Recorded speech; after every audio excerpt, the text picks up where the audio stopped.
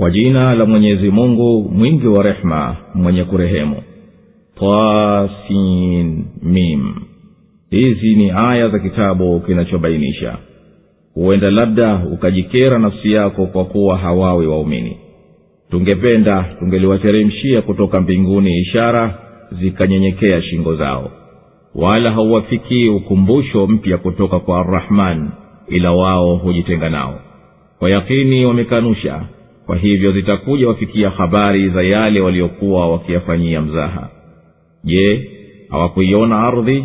Mimea mingapi tumeiotesha humo, ya kila namna nzuri. Hakika katika haya zipo ishara, lakini wengi wao hawakuwa wenye kuamini. Na hakika Mola wako mlezi ndiye yeye mwenye nguvu, mwenye kurehemu. Surat Ash-Shu'ara imeteremka Makka. Sura hii imeanzia kwa kuisifu Qur'ani yenyewe, ikaingia kuwaonya makafiri kwa uweza wa Mwenyezi Mungu kuwateremshia adhabu juu yao, na kumliwaza Nabii sallallahu alaihi wasallama kwa anayoyapata ya kukanushwa na watu wake, kwa kutajiwa yaliyowapata mitume wa kabla yake ya kukadhibishwa na kaumu zao. Ikasimulia mkutano wa Musa na Harun walipokutana na Firauni na alivyowakadhibisha yeye. Kisha subhanahu akataja kisa cha Ibrahim, baba wa manabii, na habari za Nuhu pamoja na kaumu yake, na mambo ya Ad na Salih pamoja na Thamud. Kisha ikaelezea sura wito wa Lut na kisa cha Shuaib na watu wa vichakani, yani Al-Aikat. Na mwenye kuzingatia visa vya hawa manabii 7 ataona asili ya wito wao ni mmoja, na njia ya makafiri katika kupinga ujumbe wao ni mmoja. Kama ilivyoanzia sura, basi ikahitimishia mazungumzo kwa kuvunja wazo la kuwa mtume ni mtunga mashairi na kuwa Qur'ani ni mashairi. Harufi hizi na mfano wa hizi ndizo zikakusanyika kuifanya Qur'ani kuwa ni muujiza uliowashinda watu kuiga mfano wake, ijapokuwa hizo harufi ndizo nozitamka.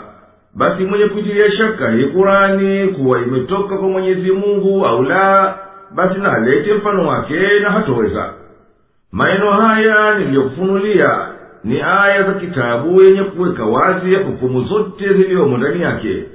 Ewe nabii, hebu jionee huruma nafsi yako, usijikere kwa kuhuzunikia inadi ya watu wako na kutokuamini kwao. Sisi tunaweza kuwaletea muujiza wa kuwalazimisha imani, watii kwa unyenyekevu amri yake na yatimie unayotarajia. Lakini hatuwaletei kwa sababu mwendo wetu ni kuongoza watu waamini bila kuwalazimisha, ili zikosekane hekima ya kujaribiwa kwa mitihani na yanayokuja baada yake ya thawabu na adhabu. Wala Mwenyezi Mungu hawaletei watu wako kwa ufunuo wake ya kuwakumbusha dini ya haki kuwa ni rehema kwao, ila wao huzua upya upinzani na ukafiri kukataa, kwani njia ya uongofu imekwisha zibwa mbele yao. Hawa hakika wamekadhibisha haki iliyoileta na wakaifanyia masara, lakini wewe wasubirie, wataona matokeo ya masara yao ya kuangamiza. Hivyo hao wanatenda watendavyo katika ukafiri wao na kukadhibisha kwao, wala hawaangalii baadhi ya uumbaji wa Mwenyezi Mungu katika hii ardhi. Lau kuwa wanaangalia kwa kuzingatia wangeliongoka.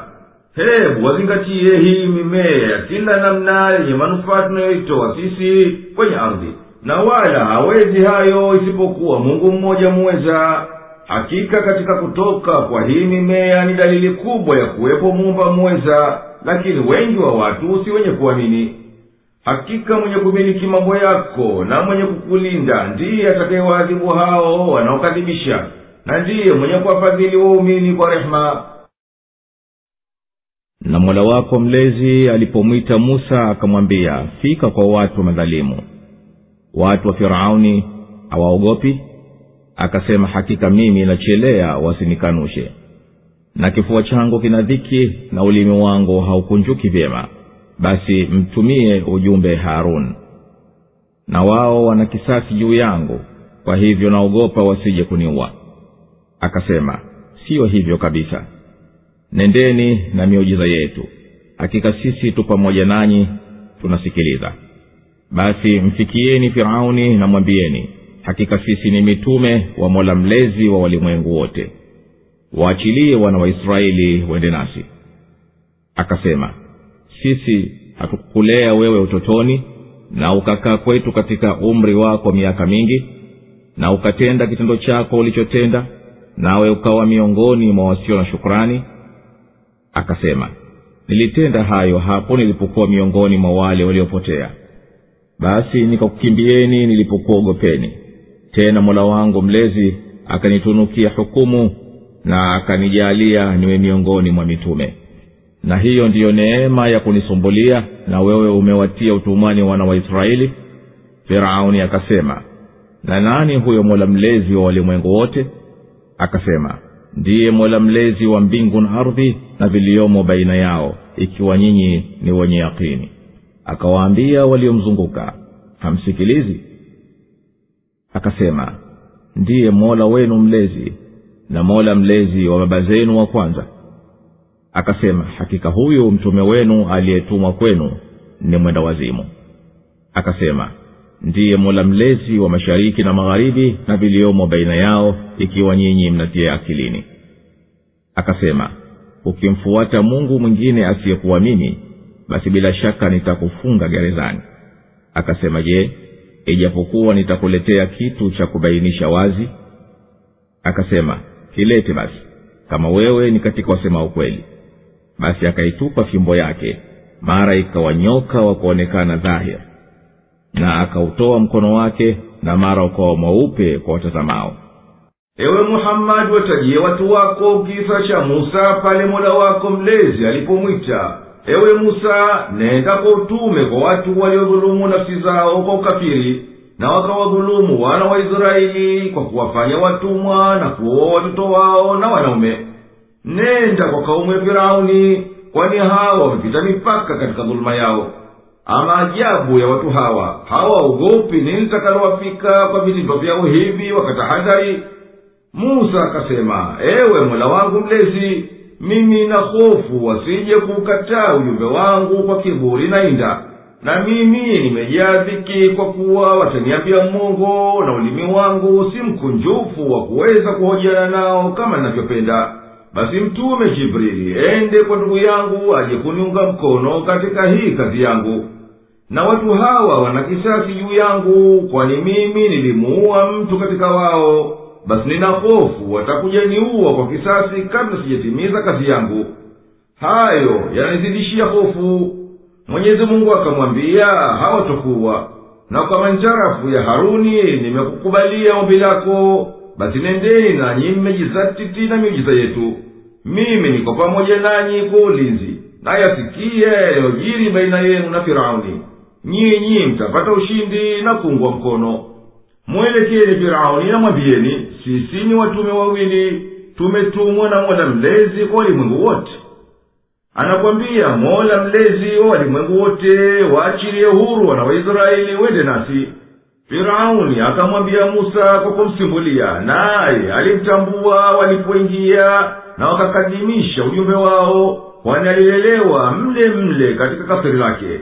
Hatukukulea sisi ulipokuwa mtoto, na ukaishi chini ya ulezi wetu kwa miaka mingi katika umri wako, na ukatenda makosa yako ya jinaya maovu kumuua mtu katika kaumu yangu, na ukazikanusha neema zangu nilizokufanyia, hukuwahifadhi raia zangu, ukaushambulia ungu wetu kwa kudai kuwa wewe ati ni mtume wa Mola mlezi wa walimwengu wote. Musa akasema, niliyafanya uliyoyataja kwa kutojua yanayofaa kutambulikana kwa akili, nayo ni jambo la kuwa, basi hapana masimbulizi juu yangu. Nikakukimbieni nilipohofu kuwa mtakuja niua kwa jinaya hii ambayo sikukusudia. Mola wangu mlezi akanitunukia fahamu na elimu kwa fadhila zake na neema zake, na akanifanya mmoja katika mitume. Musa akaashiria sifa katika sifa ovu kabisa za Firauni, nayo ni kuwa kuwafanya watumwa wana wa Israeli, na akiwaua watoto wa wanaume. Na akakataa kukuita kule kulelewa kwake katika jumba la Firauni kuwa ni neema, kwani yaliyosababisha hayo ni yale yaliyokwisha yataja. Ndiyo yeye alitupwa mtoni au koke asiuliwe. akaishia kwenye jumba la Firauni. Na lau kuwa si hivyo, basi angelelewa na wazazi wake. Firauni akasema, na nini hizo sifa za Mola mlezi wa walimwengu wote ambaye unakithiri kumtaja, na wewe unadai kuwa ni mtume wake, na hali sisi hatujui lolote habari zake? Musa akasema, yeye huyo ndiye mwenye kuzimiliki mbingu na ardhi na kila kilio baina yao. Ikiwa nyinyi mna yakini ya ukweli wa jawabu hii, basi mtanifika na mtaongoka, na mtajua kuwa ufalme wa Firauni wa kujidai haufui dafu mbele ya ufalme wake Mwenyezi Mungu, kwani ufalme wa Firauni haupinduki hata eneo moja katika hii dunia. Firauni kuonyesha mastaajabu kwa wale waliomzunguka, kwa kuwa Musa katika jawabu yake alipomtaja Mola wake mlezi na akadhukuru ufalme wake, hakugusia hata kidogo ufalme wa Firauni. Alisema, mwayasikiaje maneno ya Musa? Musa akiendelea na usemi wake bila ya kujali hasira za Firauni na uchafu wa maneno yake, akasema, ndiye huyo Mola mlezi wa walimwengu wote aliyekuumbeni nyinyi na baba zenu waliotangulia, na miongoni mwa hao walikuwako waliodai uungu kama unavyodai wewe, na wao wameteketea na wewe utateketea, na hayo unayoyadai yatapotelea mbali, kwani Mungu wa kweli hafi. Firauni akawaambia watu wake yale yanayomtibua roho na kumghadhibisha, akautaja utume wa Musa ni kwa wao wala si kwake yeye, na akambandikiza wazimu kwa kuwa ati akiulizwa kitu hujibu kingine, na anamsifu Mola mlezi kwa sifa za kiajabu ajabu. Na kwa hivyo Firauni anawahimiza wamkadhibishe. Musa akasema, ikiwa nyinyi mna akili, basi uaminini ujumbe wangu, kwani kuchomoza jua na kutoka kwake kwa mpango madhubuti ni dalili wazi ya mwenye kuumba. Kwa hivyo basi ni nyinyi ndiyo mnastahiki kuambiwa wenda wazimu. Firauni akamwambia Musa, ukimfuata Mungu yoyote badala yangu mimi, utakuwa mmoja katika wanaoijua hali yao mbaya katika magereza yangu. Na yeye Firauni kaangukia kitisho hichi baada ya kushindwa kuondoa athari za kazi za Muumbaji. Musa akasema kwa upole kwa kutumai asa kaamini, utanitia gerezani hadi nikukuletea ushahidi mkubwa wa kweli wa hayo niyasemayo? Firauni akasema, ulete ushahidi utaonyesha unabii wako kama wewe kweli unasema kweli katika wito wako. Kasema hayo kwa tamaa ya kuwa huenda akapata kipengee cha udhaifu katika hoja zake. Musa akaitupa fimbo yake mbele yao, ikageuka nyoka kweli kweli, si kitu cha uongo cha uchawi kinachofanana na nyoka. Musa akautoa mkono wake kutoka mfukoni mwake, hiyo ni ishara ya pili, na ukawa mweupe bila ya maradhi, hata wakashangaa watazamaji kwa kumetuka kwake. Akawaambia waheshimiwa waliomzunguka, hakika huyu ni mchawi mtaalamu, anataka kukutoeni katika nchi yenu kwa uchawi wake. Basi mna shauri gani? Wakasema, mpe muda yeye na nduguye, na uwatume mijini wapigao mbiu ya mgambo, wakuletee kila mchawi bingwa mtaalamu. Basi wakakusanywa wachawi wakati na siku maalum. Na watu wakaambiwa, je, mtakusanyika? Huenda tutawafuata wachawi wakiwa wao ndio watakaoshinda. Basi walipokuja wachawi wakamwambia Firauni, je, tutapata ujira tukiwa sisi ndio tulioshinda? Naam, na hakika mtakuwa katika watu wa mbele. Musa akawaambia, tupeni mnavyotaka kutupa. Basi wakatupa kamba zao na fimbo zao, na wakasema, kwa nguvu za Firauni, hakika sisi hapana shaka ni wenye kushinda. Musa tena akatupa fimbo yake, nayo mara ikavimeza walivyovizua. Hapo wachawi walipinduka wakasujudu, wakasema, tunamwamini Mola mlezi wa walimwengu wote, Mola mlezi wa Musa na Harun. Akasema, je, mmemwamini kabla sijakuruhusuni? Bila shaka yeye basi ndiye mkubwa wenu aliyekufunzeni uchawi. Basi mtakuja jua, nitakata mikono yenu na miguu yenu kwa kutofautisha, na itakubandikeni misalabani nyote. Wakasema, haidhuru, kwani sisi ni wenye kurejea kwa Mola wetu mlezi. Hakika sisi tunatumai Mola wetu mlezi na tusamee makosa yetu, kwa kuwa ndio wa kwanza wa kuamini. Firauni akawaambia watu wake, hakika Musa ni mchawi bingwa katika uchawi wake. Kasema hayo kwa kuchelea watu wake wasifuate haki walioiona kwa Musa. Tena Firauni akasema, mchawi huyu anataka kunifanyia kahari apate kukutoweni katika hii nchi yenu. Na haya ni uchochezi dhidi ya Musa, kwani katika la dhiki mno katika hayo yaliyo dhiki ni mtu kuiacha nchi yake, na hasa ikiwa kahari. Naye akataka mawazo ya wale waliokuwa wanamwabudu, kasahau uungu wake kwa nguvu za ishara za Musa. Watu wake wakamwambia, akhirisha kukata shauri yao hawa, na uwatume askari wende wawakusanye wachawi katika raia zako, kwani uchawi hupingwa kwa uchawi. Watakuletea wengi, na wote wamebobea kwa uchawi na wamemshinda Musa kwa ufundi na ustadi. Wamekusudia kwa haya kumpunguzia ndukuduku lake Firauni. Wakakusanywa wachawi kutoka kila upande wa nchi, wakawekwa wakati wa mchana siku ya sikukuu kukutana na Musa. Na watu wakahimizana kuhudhuria siku hiyo waone Ramsa, wakiambizana, mtakusanyika, yani ndiyo mkusanyike. Wakatangaza mtarajio yao ya kushinda uchawi, ili wapate kuthibiti katika dini yao, na pia ndiyo kampeni ya nguvu na juhudi apate kushindwa Musa. Walipokuja wachawi kwa Firauni walimwambia, je, tutapata kwako ujira mkubwa pindi tukishinda? Firauni akasema, naam, mtapata mnachokisema. Na juu ya huo ujira mkubwa mtakuwa watu wa karibu kwangu, watu wa cheo na madaraka. Ulipofika wakati uliowekwa katika siku iliyopangwa, Musa aliwaambia wachawi, tupeni huo uchawi mnaotaka kuutupa. Wakazitupa kamba zao na fimbo zao, na watu wakazubwa wakaona kama ni nyoka wanakwenda. Wakaapa kwa utukufu wa Firauni na nguvu zake, hapana shaka hawaleo watashinda. Musa tena akatoka fimbo yake, mara ikawa joka kubwa likaingia kuvimeza vile vilivyovizua kwa uchawi. Navyo ni kamba na fimbo, wakidanganya kuwa ni nyoka wanakwenda. Wachawi wakaanguka wakasujudu kumsujudia Mwenyezi Mungu walipoyakinika kuwa mambo ya Musa si uchawi. Wakasema ili kutia mkazo kule kusujudu kwao kwa kauli yao, tunamwamini Mola mlezi wa walimwengu wote. Na wakabainisha kwa hakika Mola mlezi wa walimwengu wote waliomwamini ndiye Mola mlezi wa Musa na Harun. Firauni kwa kukasirika kuwa wale wachawi wamwamini Musa bila yeye kuwapa ruhusa, aliwatishia ya kwamba yeye ndiye mwalimu wao aliyewafunza fani za uchawi, na watakuja juu adhabu itakayowateremkia.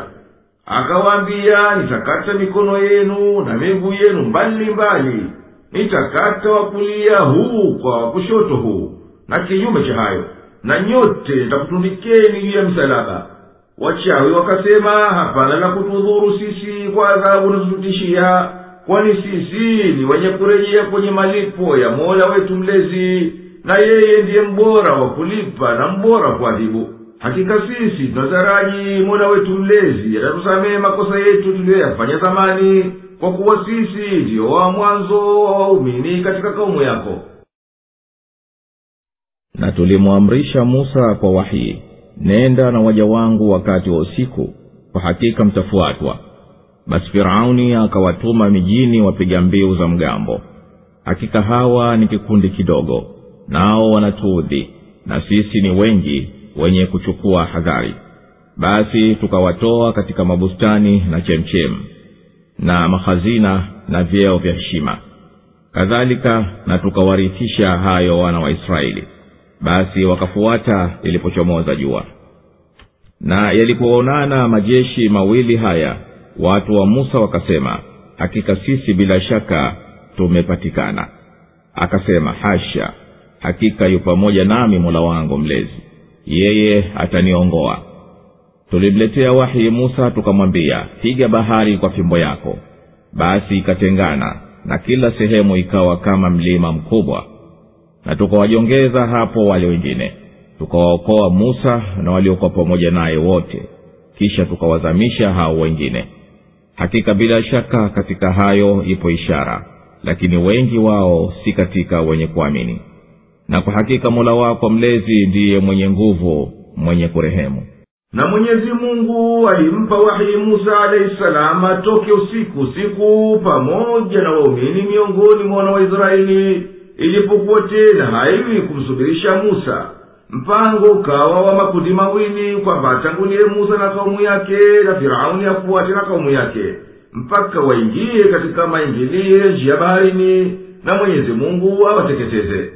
Firauni akawatuma askari wake katika miji ya mamlaka yake wawakusanye wenye maguvu katika kaumu yake, alipojua kuwa Musa keshatoka na wana wa Israeli, ili awazuie lile walilolikusudia. Firauni akasema, hakika hawa wana wa Israeli waliokimbia na Musa ni taifa dogo kwa nguvu zao, idadi yao ni chache. Anasema hayo kutia mori katika nyoyo za askari wake, na wao juu ya hivyo wanatutibua roho kwa kuvunja amri yetu na kutoka bila idhini yetu. Na sisi ni wengi, miongoni mwa ada zetu ni kuchukua hadhari na kuwa macho na kupania. Tukawatoa Firauni na askari wake kwenye nchi yao iliyofanana na mabustani yapitiwayo na mito kati yao, wakaangamia kwa kujitenga kwao na haki na kuchochewa kutaka kumfuata Musa, kama ilivyokuja katika aya 3 zilizotangulia. Tukawatoa kadhalika kwenye hazina za dhahabu na fedha na majumba waliokuwa wakiakalia, wakineemeka kwa uzuri wake na ubora wa starehe zake. Ni kutoka kama huku kwa ajabu tulivyokueleza, ndivyo tulivyowatoa, na tukawapa ufalme huo na kila namna ya neema zilizokuwa wana wa Israeli, baada ya kuwa maskini hawana mbele wala nyuma. Firauni na watu wake wakakaza mwendo ili wapate kuwawahi wana wa Israeli, wakawakuta wakati wa kuchomoza jua. Walipoonana makundi mawili, watu wa Musa walisema, hakika Firauni na watu wake watatupata, basi tutaangamia. Musa akasema, hakika mimi na uangalizi wa Mwenyezi Mungu unaonifuata kwa kunihifadhi, na yeye ataniongoza kwenye njia ya uokovu. Amesema hayo ili awatuze kuwa watasalimika, na iwe mbali na mawazo yao fikra ya kutisha kwamba watakuja patikana. Tukamuamrisha Musa kwa wahi, yani ufunuo, aipige bahari kwa fimbo yake. Ikapasuka bahari njia 12 kwa mujibu wa idadi ya mataifa ya wana wa Israeli. Kila njia katika hizo njia ilikuwa na kizuizi cha maji yaliyonyanyuka kama mlima uliosimama imara. Tukawajiongeza Firauni na kaumu yake mpaka wakaingia kwenye zile njia nyuma ya Musa na kaumu yake. Tukamwokoa Musa na waliokuwa pamoja naye kwa hifadhi ya bahari, nayo imeshikamana mpaka wakamalizika kuvuka. Kisha tukamzamisha Firauni pamoja na waliokuwa pamoja naye kwa kuwafunikiza kwa maji pale walipowafuata. Hakika katika vituko hivi vya ajabu vya kiungu pana funzo la kuzingatia kwa atakaye kunafika, lakini watu wengi si wenye kusadiki. Hakika Muumba wako na mlezi wako ndiye huyo mwenye nguvu katika kuadhibu wanaokanusha, mwenye kuwaneemesha kwa rehema waumini. Na wasomee habari za Ibrahim alipomwambia baba yake na kaumu yake, mnaabudu nini?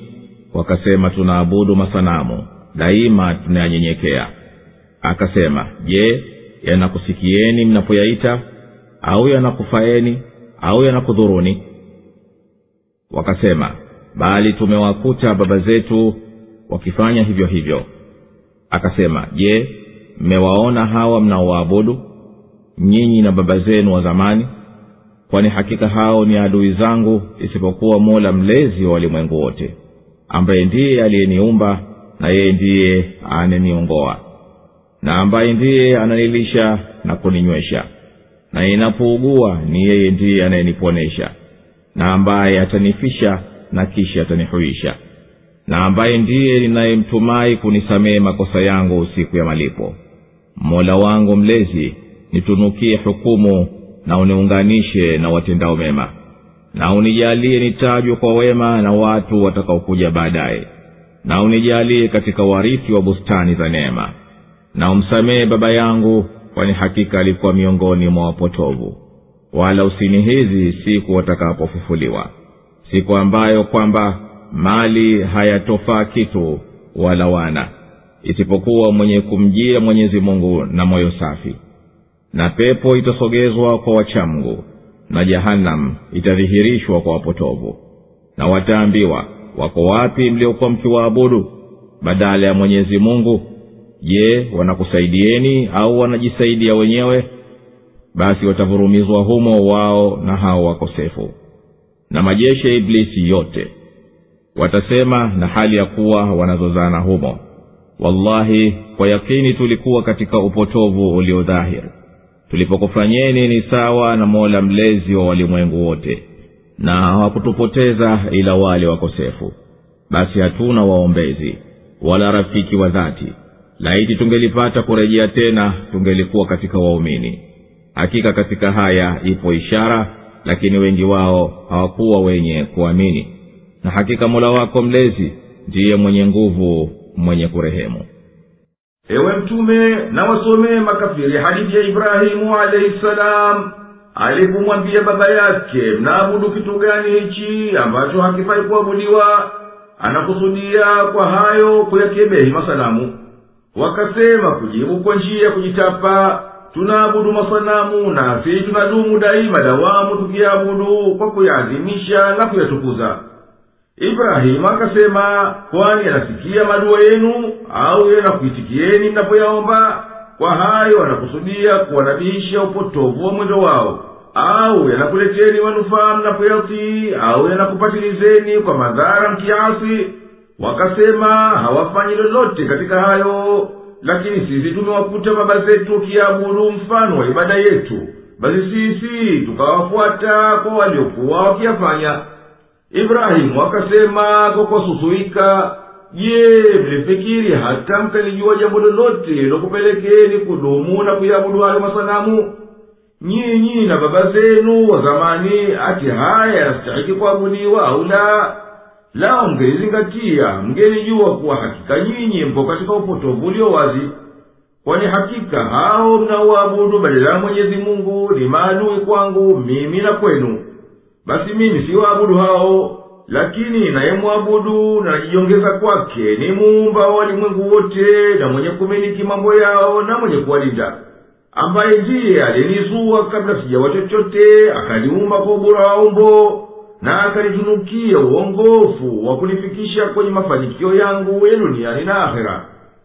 Na yeye ndiye alineemesha kwa vyakula na vinywaji, na akaniwezesha kuvipata na kunapika kwavyo ili kuhifadhi uhai wangu. Na akinishukia maradhi, ni yeye ndiye ananiponyesha kwa kunisarilishia sababu za kupona na kuniwezesha kuzipata. Na yeye ndiye atanifisha ikifika ajali yangu, na tena atanihuisha mara nyingine kwa ajili ya hisabu na malipo. Na yeye ndiye ninayemtumai kunighufiria na kuyasamehe makosa yangu madogo madogo ya kujikwaa duniani utapofika wakati wa hisabu. Ibrahimu alayhi salamu akasema kwa kuomba, Mola wangu mlezi, nitunukie ukamilifu wa elimu na vitendo, ili nipate kustahili kubeba ujumbe wako na hukumu kwa waja wako, na niwezeshe niungane pamoja na kundi la watenda wema, na nijalie nipate sifa nzuri na kumbusho jema kwa kaumu zitazokuja baada yangu, mabaki yake yasalie mpaka siku ya kiyama. Na nijalie katika waja wako uliotunukia neema za peponi kuwa ni malipo kwa sababu ya imani yao kukuamini wewe na ibada yao kukuabudu wewe.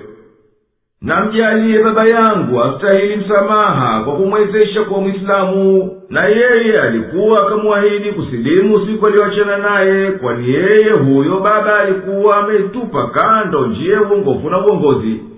Wala usinikie aibu au hizaya mbele ya watu siku watapotolewa makaburini kwa ajili ya hisabu na malipo, siku ambayo hapana mtu atainafika kwa mali ayatoe au kwa wana wamsaidie, isipokuwa aliyekuwa muumini na akamkabili Mwenyezi Mungu na moyo ulio mzima, hauna maradhi ya ukafiri na unafiki na ria, yani kujionyesha. Na pepo itajiongezwa na itakaribishwa pahala pa watu wema, basi wataiendea wale waliojikinga na ukafiri na maasi na wakaikubali imani na utifu duniani. Na moto utaletwa mbele walioiachia dini ya haki mpaka ndimi zake zikaribie kuwanyakuwa, nao watakuwa majutoni. wakaambiwa kwa kuwatahayarisha, iko wapi hiyo miungu yenu mliokuwa mkiabudu badala ya Mwenyezi Mungu? Badala ya Mwenyezi Mungu na mnadai kuwa ati ndiyo itakuombeeni hii leo. Je, inakufaeni kitu kwa kukunzuruni, au hata inajifaa wenyewe kujisaidia? Hapana lolote, kwani wao na miungu wao ni kuni za moto. Watatumbukizwa katika jahanamu kifudifudi, wakipinduliwa mpaka waishie ndani kabisa shimoni, wao na wale wapoteza na wakawatia katika madhambi na upotovu. Na pamoja nao watakuwepo wasaidizi wa Iblisi waliokuwa kwa pambia shari na madhambi, au wale watu wa majini waliokiwafuata katika maasi. Watasema huku wakiungama makosa yao na huku wanagombana na miungu yao waliokuwa wakiabudu, wallahi, hakika sisi tulikuwa katika dunia yetu tumepotea kweli na wajinga wa kutupwa, na tumeiacha haki ambayo haina kificho ndani yake. Pale tulipokufanyeni nyinyi tuliokuabuduni badala ya Mwenyezi Mungu kuwa ati ni sawa sawa na Mola mlezi wa ulimwengu wote katika kustahiki kuabudiwa, juu ya kuwa hamjiwezi wala hamfai kwa lolote, wala hapana waliotutia katika hilaki hii ila wakosefu waliotupotoa tukaiwacha njia iliyonyoka.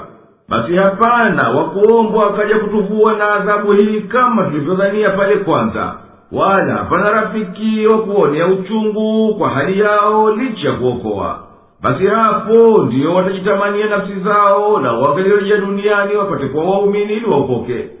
Na hakika katika habari za Ibrahimu zilizotajwa yapo mawaidha na mazingatio kwa mwenye kutaka mawaidha na akazingatia. Na wala si wengi katika watu wako wanaosomewa habari hizi wenye kuitikia wito wako.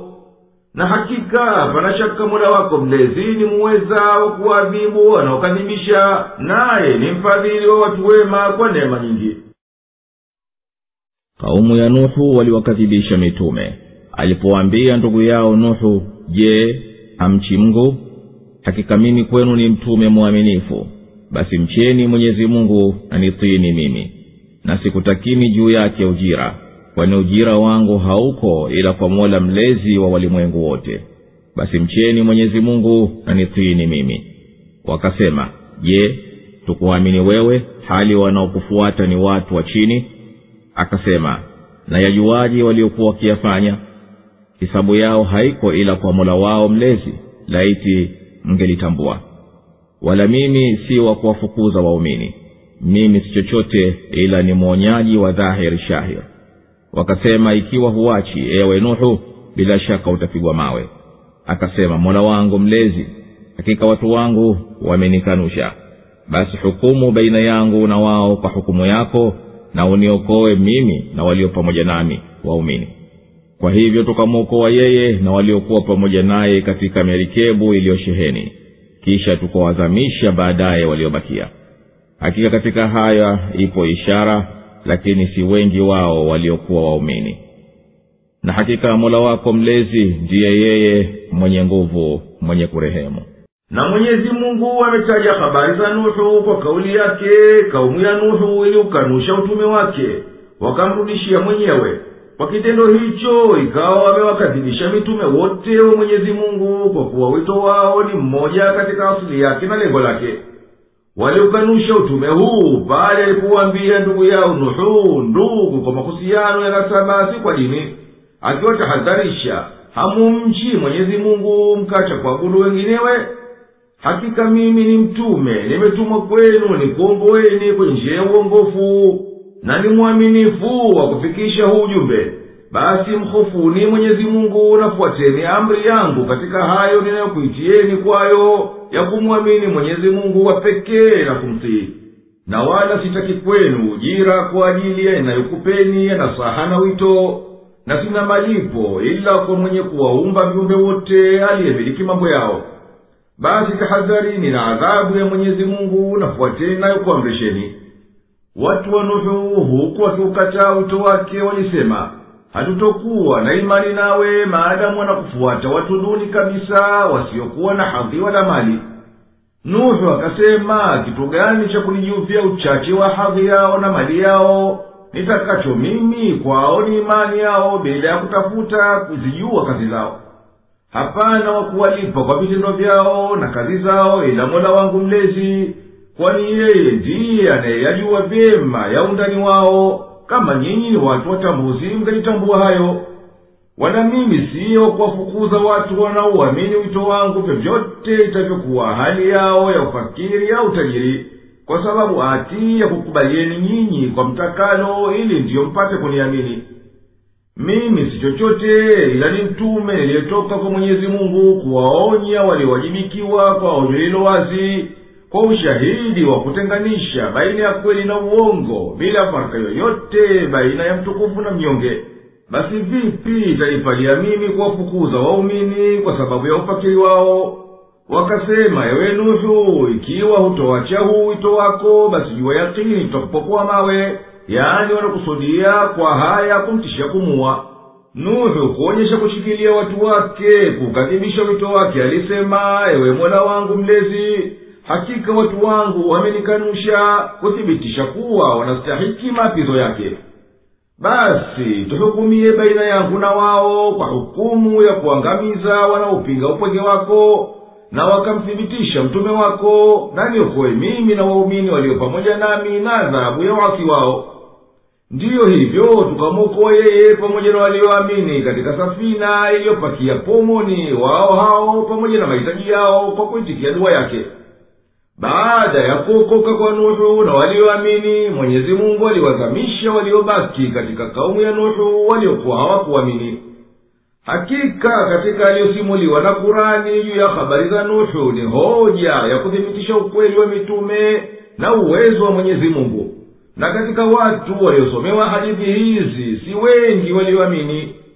Na hakika Mola wako mlezi ndiye yeye mwenye nguvu za kumwadhibu kila jabari mwenye inda, mwenye kuwaneemesha wacha Mungu kwa kila namna ya fadhila. Kina Ad waliwakanusha mitume alipowaambia ndugu yao Hud, je, hamchi Mungu? Hakika mimi kwenu ni mtume mwaminifu.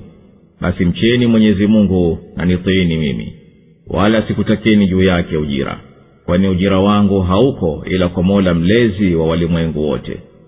Je, mnajenga juu ya kila mnyanyuko kumbusho la kufanyia upuuzi, na mnajenga majengo ya fahari kama kwamba mtaishi milele, na mnapotumia nguvu mnatumia nguvu kwa ujabari? Basi mcheni Mwenyezi Mungu na nitiini, na mcheni aliyekupeni haya mnayoyajua. Amekupeni wanyama wa kufuga na wana, na mabustani na chemchem. Hakika mimi ninakuhofieni adhabu ya siku kubwa. Wakasema, ni mamoja kwetu ukitupa mawaidha au hukuwa miongoni mwa watu wao mawaidha. Haya si chochote ila ni mtindo wa watu watokea zamani, wala sisi hatutaadhibiwa. Wakamkanusha nasi tukawaangamiza. Hakika bila shaka katika haya ipo ishara, lakini hawakuwa wengi wao wenye kuamini. Na hakika Mola wako mlezi ndiye mwenye nguvu, mwenye kurehemu. Kabila ya Adi ilimkanusha mtume wao Hudi alayhi salam, na kwa hivyo wakawa ndio wamewakadhibisha mitume wote, kwa kuwa wito wao ni mmoja katika asili yake na lengo lake. Alipowaambia ndugu yao Hud, hamumwogopi Mwenyezi Mungu mkamsafia ibada? Hakika mimi nimetumwa kutoka kwa Mwenyezi Mungu ili nikuongoeni mfuate uongozi, na ni mwenye kuulinda ujumbe wa Mwenyezi Mungu na ufikisha ujumbe huo kama alivyoniamrisha Mola wangu mlezi. Basi fuateni amri ya Mwenyezi Mungu na yafufuni adhabu yake, na tiini na yakuamrisheni yanayotoka kwa Mwenyezi Mungu. Wala kwa hii nasaha yangu na uongozi wangu sitaki kwenu ujira, sina malipo isipokuwa kwa Muumba wa viumbe vyote. Je, mnasimamisha juu ya kila pahala paliponyanyuka katika nchi jengo refu kwa ajili ya kujifaharisha, na mnakutana humo kwa mambo ya upuuzi na fisadi? Mwenyezi Mungu subhanahu anataka kwa haya kuwazindua watende atakayonufaisha, na anawatahayarisha kwa kuacha kwao imani na vitendo vyema. Na mnajenga majumba ya fahari na imara na mahodhi ya maji kwa kutaraji kuishi milele katika dunia hii kama kwamba hamtakufa. Na mnapoingia kutesa mnapita kiasi katika uasi na uvamizi wa jeuri, mnaua na mnapiga kwa chuki bila huruma. mwogopeni Mwenyezi Mungu katika kutumia nguvu, na fuateni amri yangu katika inayokuitieni, kwani hayo hakika ndiyo yatakayokukufaeni na ndiyo yatakayodumu zaidi.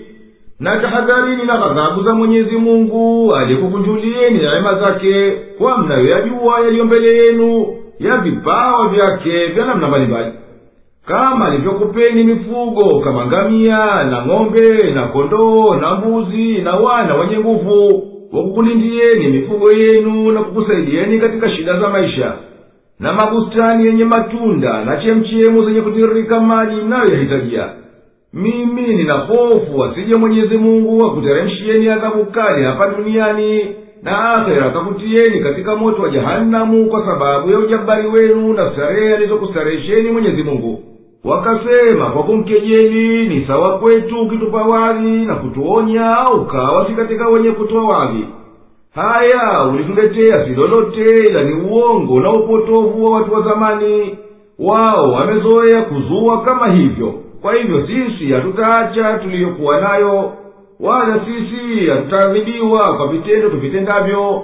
Basi wakaendelea kushikilia kumkanusha Mwenyezi Mungu, wakafanya haraka kuwateketeza.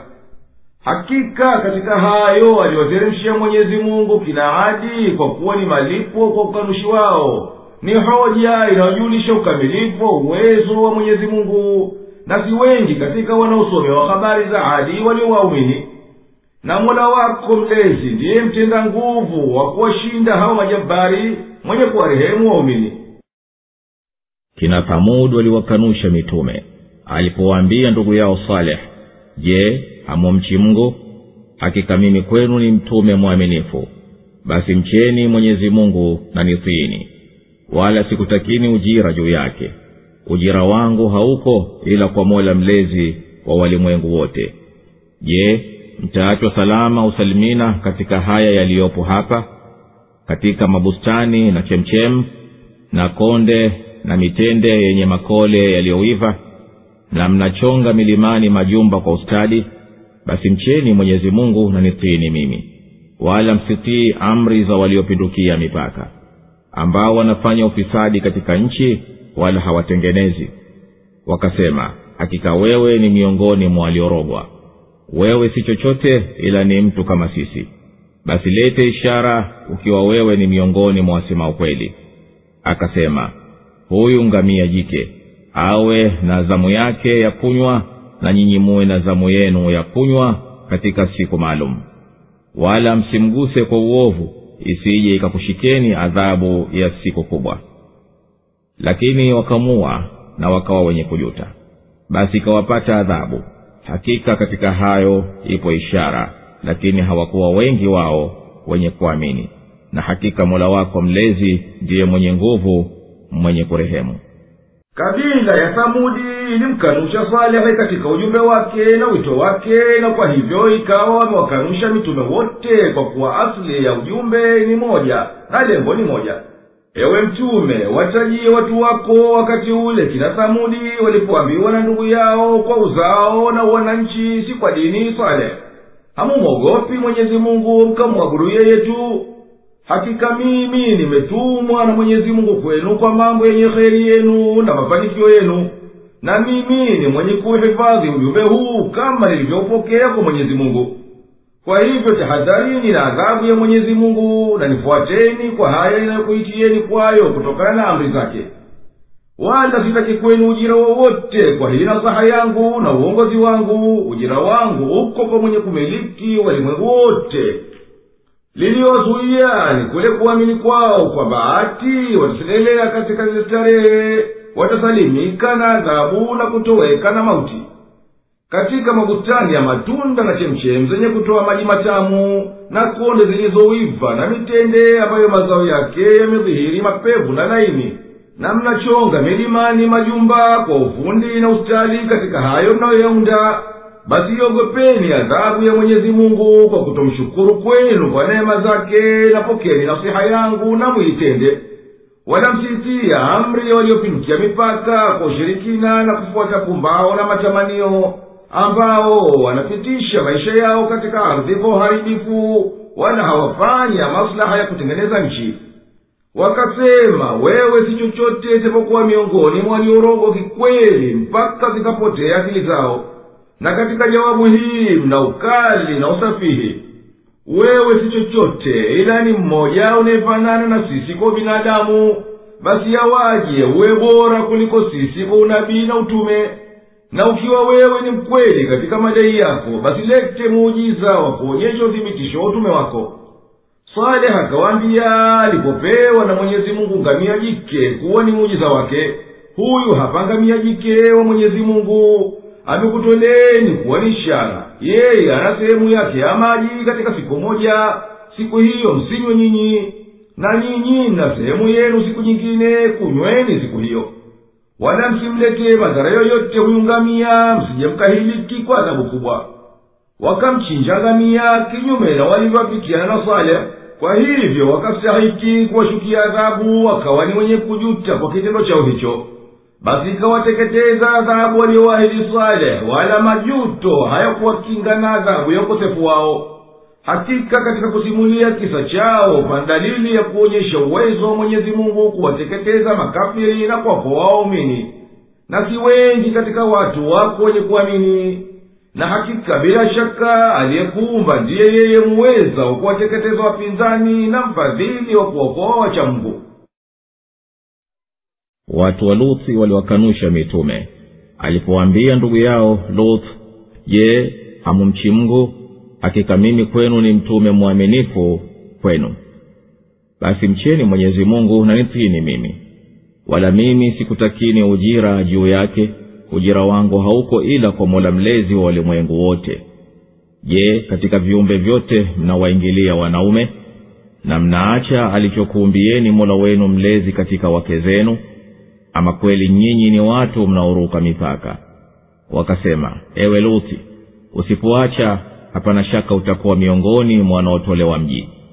Akasema, hakika mimi ni katika wanaokichukia hichi kitendo chenu. Mola wangu mlezi, niokoe mimi na ahali zangu na haya wayatendayo. Basi tukamwokoa yeye na ahali zake wote, isipokuwa kikongwe katika waliokaa nyuma. Kisha tukawaangamiza wale wengine, na tukawanyeshea mvua, basi ni ovu mno mvua ya walioonywa. Hakika katika hayo ipo ishara, na hawakuwa wengi wao wenye kuamini. Na hakika Mola wako mlezi bila shaka ndiye mwenye nguvu, mwenye kurehemu. Alipowaita Luthi watu wake wamwabudu Mwenyezi Mungu pekee na waache ushirikina, waliwakanusha mitume wote. Ewe mtume, watajie watu wako pale Luthi alipowaambia watu wake na ndugu yao na shemeji yao, hakika mimi nimetumwa kwenu na Mwenyezi Mungu nikuleteni dini ya haki, nami ni mwaminifu wa kuifikisha dini hii. Basi tahadharini na adhabu ya Mwenyezi Mungu na ifuateni amri yangu kwa inayokuitieni. Wala mimi sitaki kwenu ujira kwa uongofu na uongozi na kuitieni. Sina ujira ila kwa mwenye kumiliki viumbe vyote na mlezi wao. Luthi alisema, nyinyi mnasterehea kuingilia wanaume mkaacha wanawake. Kwa hayo anakusudia kuyakanya yale aliyoyazoea ya vitendo vichafu. Je, katika viumbe vyote mnawaingilia wanaume? Yani kazi ya liwati ambayo tangu asili yake ni ukosefu mwovu unaochusha hata kusikia, kinyume na maumbile unaomteremsha mwanadamu chini kabisa. Na lau kuwa unaenea, basi uharibu sunna ya kuoa, nayo ni sunna ya maumbile, hata uzazi ukatike na ulimwengu usitakuendelea. Na kwa liwati huenea maradhi kama yanayoenea kwa uzinzi, kama tego, kisonono, donda ndugu, maradhi ya ngozi kama ukurutu, na hutokea ishara za kudhoofika nyama za nyuma, hata ikawa mtu hawezi kujizuia kutokwa na chovyo, na nyuma kwake mtu uchanua kukawa kama mdomo wa tarumbeta, na huko nyuma hujaa vijidudu vya maradhi, na hivyo humuambukiza mwenye kumwingilia, na yeye hivyo vijidudu vikienda mletea maradhi mengine ya njia za mkojo. Na huenda huyo mwenye kufanywa mambo hayo akawa mpumbavu hafai kitu, ikiwa kaanza tangu utotoni. Na huenda akajidai kuonyesha ujanadume mwingi kuliko kiasi kwa kutaka kuficha upungufu wake wa uume. karibuni imedhihiri kuwa maradhi ya hatari kabisa ya AIDS, yani ukimwi, yameenea zaidi sana kwa watendao kitendo hichi na watumiao madawa ya ulevi, ijapokuwa na wazinzi nao hupata. Na Mwenyezi Mungu Subhanahu wa Ta'ala ameukemea ukosefu huu katika aya kadhaa wa kadhaa, na akabainisha hikma ya mwenye kuhukumu kwa kuharamisha huku kwa kusema, je, katika viumbe vyote mnawaingilia wanaume na mnaacha alichokumbieni Mola wenu mlezi katika wake zenu? Ama kweli nyinyi ni watu mnaoruka mipaka, na mnaacha aliyokumbieni Mwenyezi Mungu ya kustarehe na wake zenu walio halali yenu? Ama hakika nyinyi ni watu mliopindukia mipaka ya udhalimu katika kufanya maasi. Walikasirika kwa kule kuwakataza na kuwakemea kwa sababu ya jambo ovu, na wakasema, kama hukuacha kutukebei tutakutoa mji kwa idhara kubwa. Luthi akasema, hakika mimi nakichukia mno kitendo hichi chenu, wala sitoacha kabisa kukipinga na kukebei. Na akamwomba Mola wake mlezi amokoe yeye na hali zake na wayatendayo wale wajinga, baada ya kwisha kata tamaa kuwa hawamsikilizi. Mwenyezi Mungu alimuitikia ombi lake, akamokoa yeye na wale waliofuata wito wake, kwa kuwatoa wote majumbani mwao wakati wa kuteremka adhabu kwa shukia wenye kukanusha. Ila mkewe kizee aliyebaki na hakutoka nao, yeye akaangamia kwa kufuru zake za uhaini wake kwa kuwaunga mkono wakosefu. Kisha Mwenyezi Mungu akawahiliki makafiri watenda uovu kwa hilaki kali na mbaya. Na Mwenyezi Mungu aliwateremshia wale waovu wapotovu mawe kutoka mbinguni akawateketeza. Na ilikuwa mvua ya kutisha kwa wingi wake na namna yake. Basi mvua ovu yao aliyokwisha onywa ni mvua hiyo, kwani iliteremka kwa uangamizi mkubwa mno. Hakika adhabu ile iliyowateremkia watu wale, hapana shaka, ni hoja yenye kuonyesha utimilivu na uwezo wa Mwenyezi Mungu, wala si wengi katika watu wako wenye kusadiki hayo.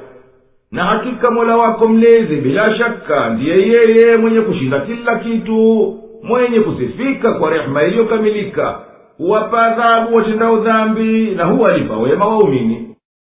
Watu wa machakani waliwakanusha mitume. Shuaibu alipoambia, je, hamfanyi mkamcha Mungu? Hakika mimi kwenu ni mtume mwaminifu. Basi mcheni Mwenyezi Mungu na nitiini mimi, wala sikutakini ujira juu yake. Ujira wangu hauko ila kwa Mola mlezi wa walimwengu wote. Timizeni kipimo sawasawa, wala msiwe katika wanaopunja. Na pimeni kwa haki iliyonyooka, wala msiwapunje watu vitu vyao, wala msifanye jeuri kwa ufisadi. Na mcheni aliyekuumbeni nyinyi na vizazi vilivyotangulia. Wakasema, hakika wewe ni katika waliorogwa, na wewe si chochote ila ni mtu tu kama sisi, na kwa yakini tunakuona wewe ni katika waongo. Hebu tuangushie vipande kutoka mbinguni ikiwa wewe ni miongoni mwa wasema ukweli. Akasema, Mola wangu mlezi anajua zaidi mnayoyatenda. Basi walimkanusha na ikawashika adhabu ya siku ya kivuli. Hakika hiyo ilikuwa adhabu ya siku kubwa. Hakika katika hayo ipo ishara, lakini hawakuwa wengi wao wenye kuamini. Na hakika Mola wako mlezi bila shaka ndiye yeye mwenye nguvu, mwenye kurehemu. Hichi kisa cha Shuaibu pamoja na watu wa Laikati machakani, nao ni msitu wenye miti mizuri karibu na Madiani. Kikundi cha watu waliteremkia hapo na wakakaa. Mwenyezi Mungu akapelekea Shuaibu kama alivyopelekea watu wa Madiani, wakamkadhibisha katika wito wake, na kwa hivi wakawa wamekanusha risala za mitume wote. Ewe Muhammad, watajie watu wako pale Shuaibu walipowaambia watu wa machakani, je, hamumhofu Mwenyezi Mungu mkamuamini? Wakaingia kumkadhibisha. Hakika mimi nimetumwa na Mola mlezi wa walimwengu wote nikuongoeni na nikuongozeni, nami ni mwaminifu wa kufikisha ujumbe wake kwenu.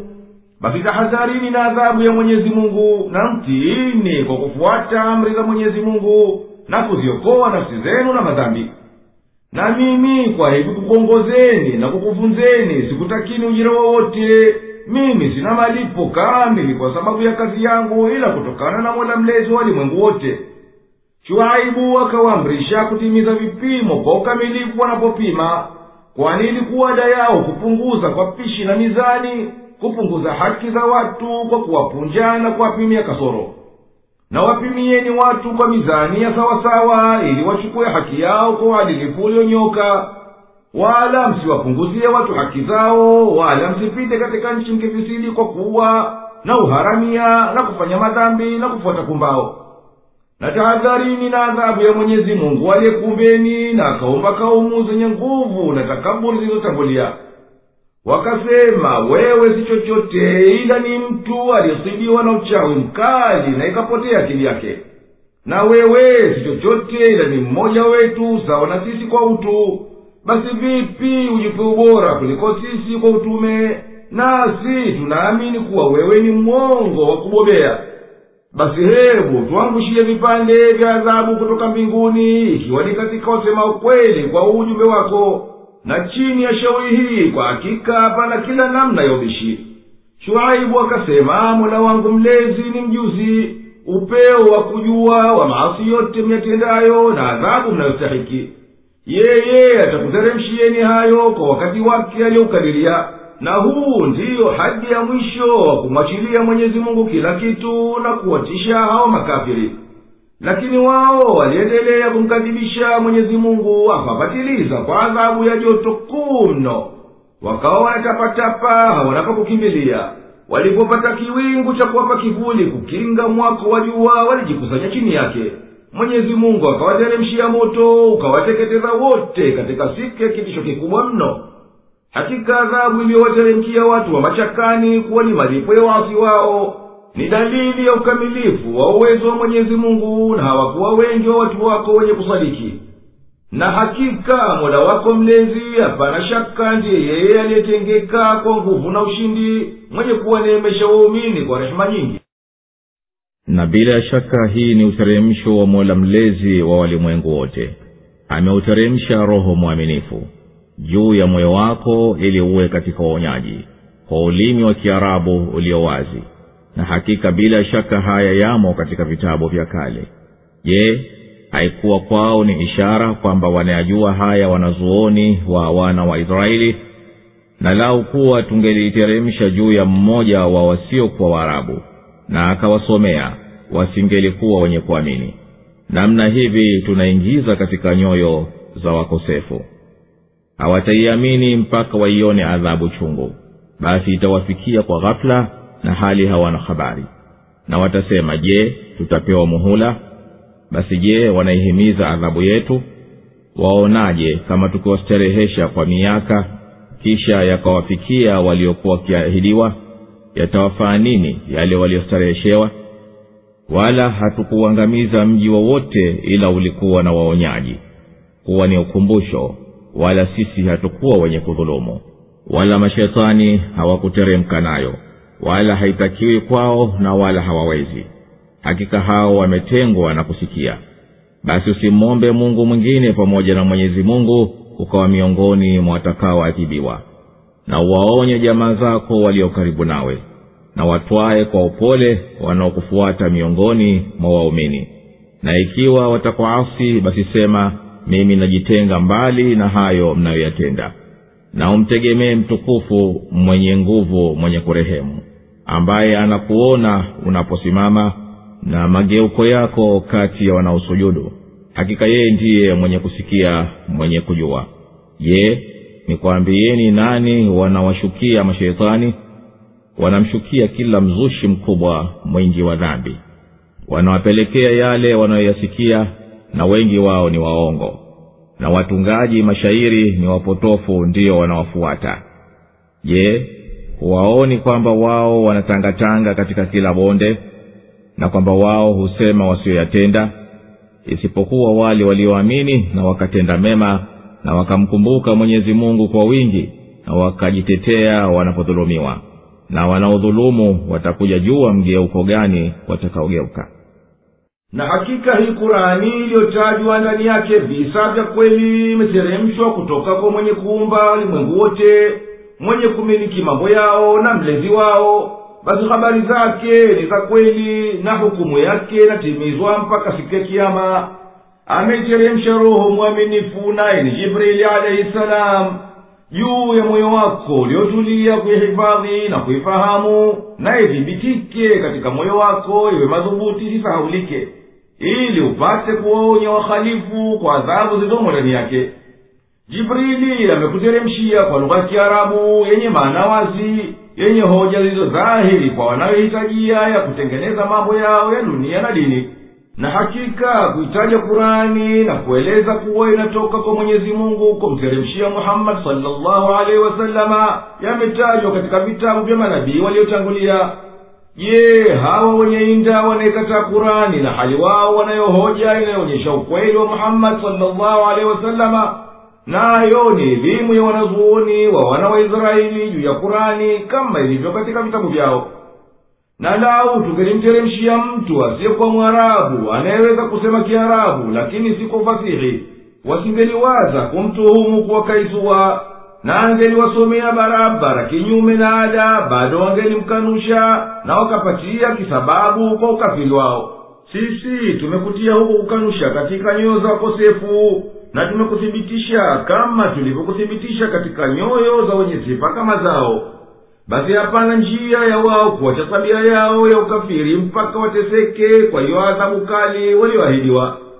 Itawateremkia adhabu kwa ghafla bila kuitaraji, wala wao hawajui kama inakuja. Watasema itapoteremka hiyo adhabu, je, tutapewa muhula? Haya ni kwa majuto kwa kupitiwa na imani na kutaka waakhirishiwe adhabu, lakini hawajibiwi. Anasema Mwenyezi Mungu mtukufu, watu wa Makka wameghurika na kucheleweshwa kwangu kuadhibu, basi ndiyo wanaihimiza. Anakusudia subhanahu aliyetakasika kuzisafihi akili zao kwa sababu ya kuhimiza kwao adhabu juu ya kuwaonya na kuwatisha. Je, umefikiri ukajua kama sisi tuliwaserehesha kwa uhai wa muda wa miaka mingi pamoja na maisha mema, kisha ikawateremkia adhabu iliyoahidiwa? Kustarehe kwao kwa umri mrefu na maisha mema hakutoa kinga hata chembe na adhabu ya Mwenyezi Mungu. Kwani adhabu ya Mwenyezi Mungu itakuja tu kama si leo kesho, wala hapana kheri katika neema ambayo hatima yake ni adhabu. Na mwendo wetu kwa kaumu zote ni kuwa hatuteketeze umma ila baada ya kuwatumia mitume wa kuwaonya kwa kufuata hoja. Wakumbuke na wazingatie, wala si shani yetu kudhulumu hata tuwadhibu umma kabla ya kuwaletea mtume. Kurani inakataa waliyasema makafiri wa Maka ya kwamba Muhammad anafuata majini, nao ndio wanaompa Kurani. Kurani inasema mashetani hawakuiteremsha hii Kurani, wala haiwapali wao kuiteremsha, na hawawezi kufanya hivyo. Kwani hao hakika wanazuiwa wasisikie Kurani pale inapofunuliwa kwa Muhammad sallallahu alaihi wasallam. Basi wewe mwelekee Mwenyezi Mungu ukiendelea na usafi wako wa ibada, wala usishughulike na fisadi za madai ya washirikina na mwendo wao mwovu. Na hivi kutakiwa mtume sallallahu alaihi wasallam awe na ikhlasi ya namna hii ni wito wa jamii ya watu waliomo katika umma wake. Watia hofu ya adhabu ya shirki na maasi walio karibu nawe katika jamaa zako, na kuwa mpole kwa wanaoitikia wito wako wa imani. Pindi wakikuasi na wasikufuate, basi jitenge nao, na jitenge na vitendo vyao vya ushirikina na maasi yote. Na tegemeza mambo yako kwa mwenye nguvu, mwenye uwezo wa kuwatenda nguvu adui zako kwa utukufu wake, na kukunusuru wewe na kumnusuru kila mwenye kufanya amali yake kwa usafi wa nia, ambaye anakuona pale unaposimama kwa ibada za usiku na vitendo vyote vya kheri, na anaona mwendo wako kati ya wanaoswali kwa kusimama na kukaa na kuruku na kusujudu pale unapoongoza katika sala. Hakika yeye subhanahu ndiye mwenye kusikia dua zako na dhikri zako, ndiye mjuzi wa kujua nia yako na vitendo vyako. Na kama kwamba subhanahu anamwambia usichukue taklifu kubwa bila kiasi katika mashaka ya ibada, kwani uyatendayo yote na yaona na yasikia mimi. Washirikina walisema mashetani ndiyo wanamsomea Kurani Muhammad. Kurani kawajibu, ni kupeni habari watu gani mashetani ndiyo wanawateremkia na wanawashawishi? Wanawateremkia kila mwenye kubeba dhambi za namna mbaya kabisa za uongo na madhambi ya kutusha kabisa. Nao ni hao makohani mafisadi ambao tabia zao na tabia za mashetani jinsi moja na zimwafikiana. hao hutega masikio yao kwa mashetani, na kwao wakapata mambo ya dhana tu, na wengi wao ni waongo, na huzidisha tena juu ya kauli walizozipata kwa mashetani. Makafiri wanasema hii Kurani ni mashairi na Muhammadi ni mtungaji mashairi. Mwenyezi Mungu ameyavunja haya kwa kuthibitisha kuwa haka Kurani imejaa hikma na hukumu. Mpango wake unapingana na mpango wa mashairi ambao unategemea juu ya kweli na uongo, na amebainisha kwamba hali ya Muhammad sallallahu alaihi wasallama inapingana na hali ya watungaji mashairi. Yeye anasema kwa hikma, wao wanasema kwa udanganyifu, na hii ndiyo hali ya wengi katika watungaji mashairi. Kwani huwaoni vile wanavyotangatanga katika mabonde ya maneno, wala hawaongoki kwenye haki, na kwamba wao husema kwa ndimi zao wasiambatishe na vitendo vyao. Lakini waliohidika kwa hidaya ya Mwenyezi Mungu na wakatenda mema mpaka zikatua katika nafsi zao sifa bora, na wakamkumbuka Mwenyezi Mungu kwa wingi mpaka ikathibitika hofu katika nyoyo zao, hawa basi huyafanya mashairi kama dawa iliyosibu kwa ugonjwa wake, na kupambana kwa ajili ya kuiwania dini yao na kuisimamisha haki inapokuwa haki inafanywa jeuri. Na waliodhulumu nafsi zao kwa shirki na kumkejeli mtume kwa mashairi, watatafuta wapi pa kuikimbia shari na hilaki wanayoiendea.